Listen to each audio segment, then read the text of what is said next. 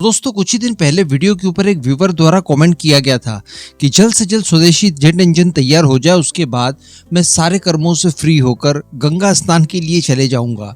अब ये कमेंट देखने सुनने में इतना बड़ा एक्चुअली क्यों लगता है? क्या वास्तविकता में फाइटर जेट का इंजन इतना क्रूशियल हो सकता है किसी भी देश की डिफेंस प्रगति के लिए? तो जी हाँ, बिल्कुल हो सकता है और आज की वीडियो ये बात आपको साबित करके बताएगी। वीडियो को कहीं से भी स्किप मत कीजिएगा, काफी ज्यादा इंपॉर्टेंट वीडियो है। यहाँ पर हम लोग आज जानने वाले हैं कि भारत को कितने कुछ समझौते करने पड़ रहे हैं इंजन को लेकर, लेकिन एक बार ये सारी चीजें जिस दिन हमारे हाथ में आ गई उस दिन भारत किसी के रोके नहीं रुक पाएगा। चलिए आगे जानते हैं खबर किस तरह की निकल कर आई है। आप बस अपने खुद के इस चैनल को सब्सक्राइब जरूर कर दीजिएगा। तो देखिए, सितंबर 2023 का ये आर्टिकल आप पढ़िए। IDRW की तरफ से पब्लिश किए गए इस आर्टिकल में ये बताया जा रहा है कि भारत के अंदर जब लोकल मैन्युफैक्चरिंग होगी F414 इंजन की, जो कि अमेरिका की जनरल इलेक्ट्रिक तैयार करती है और इसके साथ हमारी डील साइन हुई है, तो इसकी अनुमानित लागत जो है पर यूनिट $4 मिलियन के आसपास पड़ने जा रही है। वैसे $3.5 मिलियन के आसपास पर यूनिट कॉस्ट इसकी पड़ती है, लेकिन चूंकि भारत के अंदर ये मैन्युफैक्चर किए जाएंगे इस वजह से $4 मिलियन के आसपास ये पड़ेगी। थोड़ी कीमत ज्यादा लगेगी क्योंकि बीच में टेक्नोलॉजी ट्रांसफर होगी, लोकल मैन्युफैक्चरिंग वगैरह होगी, तो कॉपीराइट जिस कंपनी के पास होता है उसे अलग से आपको कुछ पेमेंट करनी पड़ती है। तो सारे चार्जेस मिला जुलाकर $4 मिलियन के आसपास पर यूनिट पड़ेगी। ये काफी ज्यादा अच्छी सूटेबल कीमत थी। हालांकि ये अनुमानित थी, इसमें ऊपर नीचे कुछ हद तक हो सकता था और संभवतः ऊपर ही होता। तो हार्डली अगर हम लोग $5 मिलियन पर यूनिट भी माने तो बराबर कीमत पड़ती है। इतनी कीमत पड़नी चाहिए। इसके एवज में ये इंजन भारत के अंदर बनेंगे, इनकी 80% तक टेक्नोलॉजी हमें ट्रांसफर की जाएगी, हमारे यहाँ रोजगार जनरेट होंगे।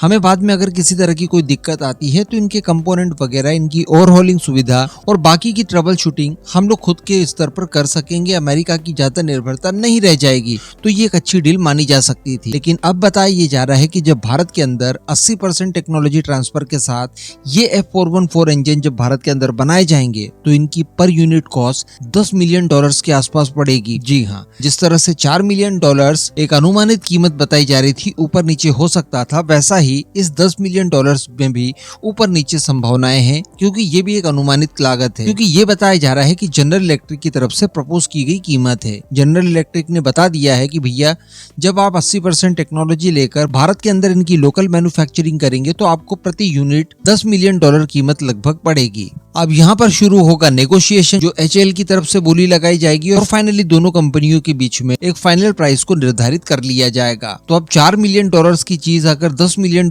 में पड़ेगी तो संभवतः इसका इम्पैक्ट तेजस विमानों के ऊपर भी पड़ेगा, एमका के ऊपर भी पड़ेगा और TED-BF के ऊपर भी पड़ेगा, क्योंकि तीनों फाइटर जेट में शुरुआती इंजन यही होने जा रहे हैं। तो जो फाइटर जेट की मूल कीमतें हैं, इन सब की वजह से वो भी अपने आप बढ़ जाएगी। लेकिन दोस्तों इसके साथ साथ कुछ और सारी चीजें भी बताई जा रही है। बताया जा रहा है कि इसका IPR हमें प्रोवाइड नहीं करवाया जा रहा है। अब IPR प्रोवाइड नहीं करवाया जा रहा है, ये शायद आपने पहले सुन लिया होगा, लेकिन संभवतः इसका मतलब समझ नहीं पाए होंगे कि इससे एक्चुअली हमें किस तरह का नुकसान हो सकता है। तो देखिए, इसमें मेनली 2 तरह के नुकसान हो सकते हैं। एक नुकसान तो हम लोग एक्सपेक्ट कर रहे थे, लेकिन दूसरा नुकसान भी होगा, इसके बारे में अब हमें पता चल रहा है। देखिए, पहला नुकसान तो ये था कि अगर हमें इस इंजन का इस्तेमाल करते हुए किसी फाइटर जेट को हम लोग तैयार करते हैं और उसको एक्सपोर्ट करते हैं तो उसके लिए अमेरिका से परमिशन लेनी पड़ेगी, क्योंकि ये पूरी तरह से हमारी संपत्ति नहीं है। भारत में बनेगा जरूर, लेकिन संपत्ति ये अमेरिका की कहलाई जाएगी। तो ये चीज तो हमें पहले से पता थी कि इस इंजन को अगर कहीं पर एक्सपोर्ट करना होगा तो उसके लिए पहले अमेरिका की मंजूरी लेनी जरूरी होगी, और इसके लिए IPR किसी भी परिस्थिति में अमेरिका नहीं दे सकता, क्योंकि अमेरिका के इस समय जो फाइटर जेट हैं उनके अंदर आज भी इन इंजन्स का इस्तेमाल किया जाता है। F-18 सुपर हॉर्नेट को अगर आप ले ले तो ये सारी चीजें तो एक्सपेक्टेड थी हमारे लिए। लेकिन यहाँ पर IPR भारत के साथ साझा न करना, इसका एक मतलब ये भी होता है कि जब भी भारत को इंजन्स मैन्युफैक्चर करने होंगे F414 तो उसके लिए अमेरिका की मंजूरी जरूरी होगी, और अमेरिका के सहयोग के साथ ही हम लोग इन इंजन्स का निर्माण भारत के अंदर कर पाएंगे। यानी इन फ्यूचर हम लोग स्वतंत्रता के साथ इन इंजन्स का निर्माण भारत के अंदर खुद के बूते नहीं कर पाएंगे। इसके लिए भी अमेरिका की मंजूरी और उसका सहयोग हमें रिक्वायर्ड होगा। तो ये चीज भारत के लिए बहुत खतरनाक हो सकती है। हालांकि अच्छी बात यहाँ पर यह है कि 80% तक टेक्नोलॉजी मिल जाएगी और काफी क्रूशियल टेक्नोलॉजी है। भारत ने भी इस टेक्नोलॉजी का जमकर मिसयूज करना चाहिए।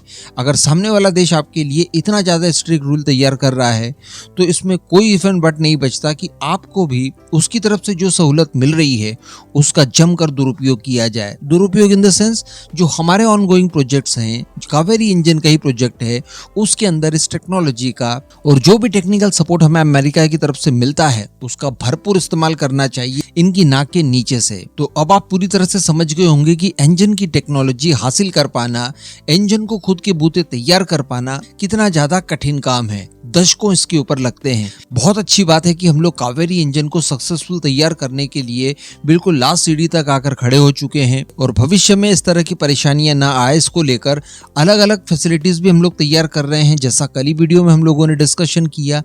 अब आगे बिल्कुल भी इंतजार ना करते हुए और ज्यादा फंड रिलीज करके एक नई टीम का गठन करके कावेरी प्रोजेक्ट को आगे बढ़ाना चाहिए ताकि इसे मिनिमम हम लोग 140-150 किलो न्यूटन थ्रस्ट तक पहुंचा सकें और इन फ्यूचर हम लोग हमारी समस्त रिक्वायरमेंट इसी इंजन के बूते पूरी कर पाएं हर तरह के फाइटर जेट के लिए।